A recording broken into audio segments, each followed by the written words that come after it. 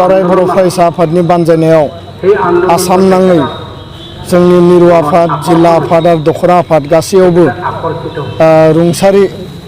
सोरगोआरि जानाय रामबिलास पासवान मैया बिथाङा 74 बैसोआव मोनसे हस्पिटालाव अबथिरै इउनियन केबिनेट मिनिस्टार जाना थाबाय थानाय समावनो रुंसारि जायो आरो दिनैहाय रामबिलास पासवाननि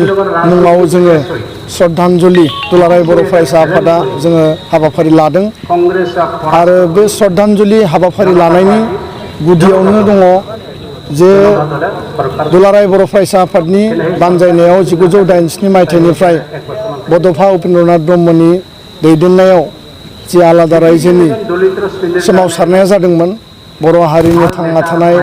बर' हारिनि थामोनथा रैखाथि बर' हारि गेरेमसा दानाय आरो बर' हारिया उदाङै गावनो मोनसे आबुं रायजो नांगौ होननानै बे जि सोमावसारनाय समाव गिबि खेबनि थाखाय जेब्ला भारत सरकारा जेब्ला ट्राइपार्टाइट पलिटिकल लेभेलाव आसाम सरकारनि प्रफुल्ल कुमार महन्त चिफ मिनिस्टार भारत सरकारनि जानानै रामबिलास पासवान आरो दुलाराय बर' फरायसा आफादनि जानानै उपेन्द्रनाथ ब्रह्म BPSCनि जानानै करेन्द्रनाथ बसुमतारी आरो गोबां दैदेनगिरिफ्रा बे ट्राइपार्टाइटआव माने बाहागो लादोंमोन आरो बे रामबिलास पासवान बिथाङा बिश्वनाथ प्रताप सिंहनि प्राइम मिनिस्टारनि बे मन्त्रि सभायाव बिथाङा लेबार आरो वेलफेयार मिनिस्टार जानानै बर' जेंना सुस्रांनायनि थाखाय बड'लेण्ड जेंना सुस्रांनायनि थाखाय बर' हारिनि बे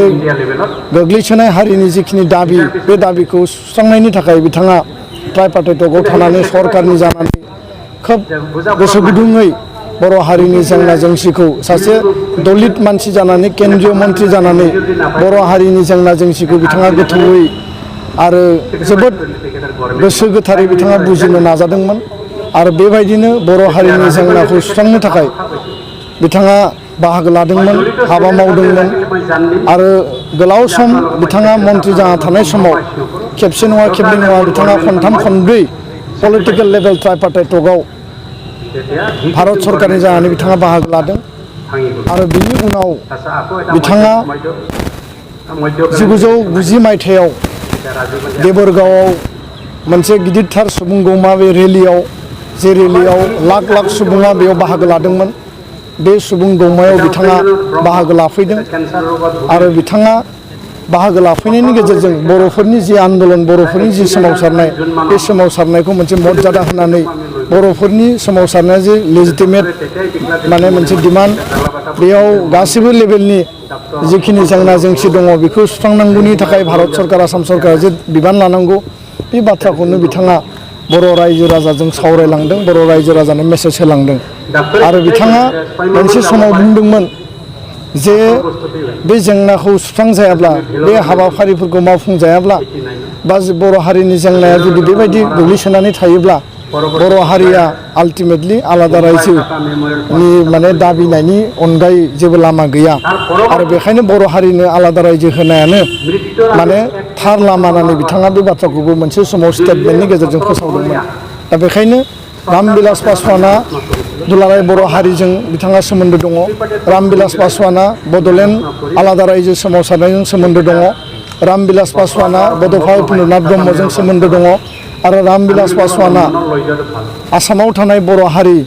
दुलाराय बर' फरायसा आफाद हिसाबै BPSC हिसाबै बिथाङा गोथौ सोमोन्दो दङ दा बेखायनो दिनैनि बे समाव भारतनि NDA सरकारनि इउनियन केबिनेट मन्त्रि जाना थानाय समाव बिथाङा जि अबथिरायै रुंसारि जाबाय दिनै जोङो गोसो गोथौयै जोङो दुखु फोरमायदों आरो जोङो श्रद्धांजलि हाबाफारि लादों आरो आनान गसाइनि खाथियाव आरज गाबदों जे बिथांनि सोरगोआरि जिउआ जाहाथे सोरगोआव आलो गोजोननि जायगा मोनो आरो बिथांनि थाखायनो दिनै बिथांनि नाजानाय बिथांनि मावलांनाय बे गासैबो हाबाफारिनि थाखाय आरो उननि समाव जायफोर मन्त्रि जायफोर भारत सरकारनि जानानै बे टकफोराव बाहागो लादोंमोन बे गासैबो जोंनि गेदेमा राजखान्थि सामलायगिरि बिथांमोननि थाखायनो दिनै मोनसे समाव 93आव BSc जोङो सुक्ति मोननो हादों 2003 मायथाइयाव जोङो BTC सुक्ति मोननो हाबाय आरो नै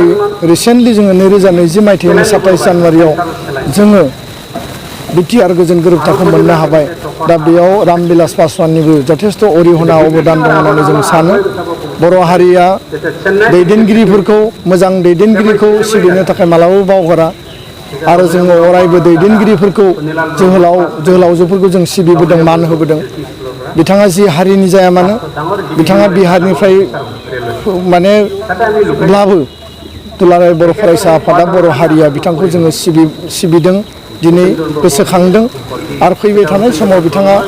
दुलाराय भारत हादरनि थाखाय मन्त्रि जानानै गोग्लैसोनाय हारि हारिसाफोरनि थाखाय जिखिनि हाबा मावबाय जौगानायनि थाखाय जिखिनि हाबा मावबाय बे जेब्लायबो अमर जानानै थागोन गोथां जानानै थागोन बिथांनि मोजां हाबाफोरा भारत हादरनि साफ्रोमबो सुबुंजों गोसोखांजागोन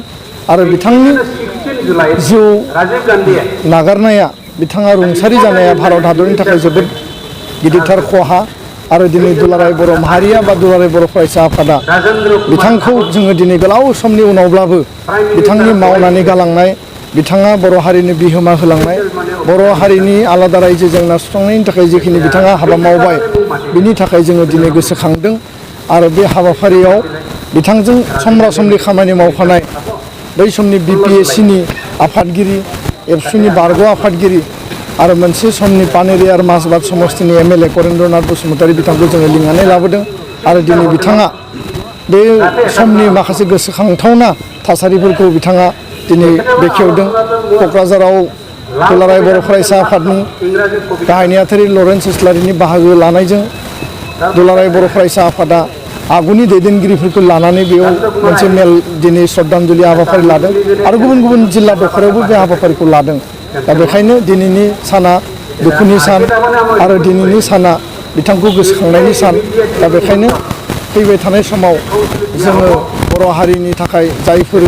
भारत सरकारनि जानानै खामानि मावबाय बिथांमोनखौ जों अराय गोसोखांगोन अराय बिथांमोनखौ जों गोसोआव लाखिगोन आरो दिनै बिनिनो मोनसे नेरसोन आरो बेखिनि समाव आङो बेखिनि बाथ्राखौनो दिनै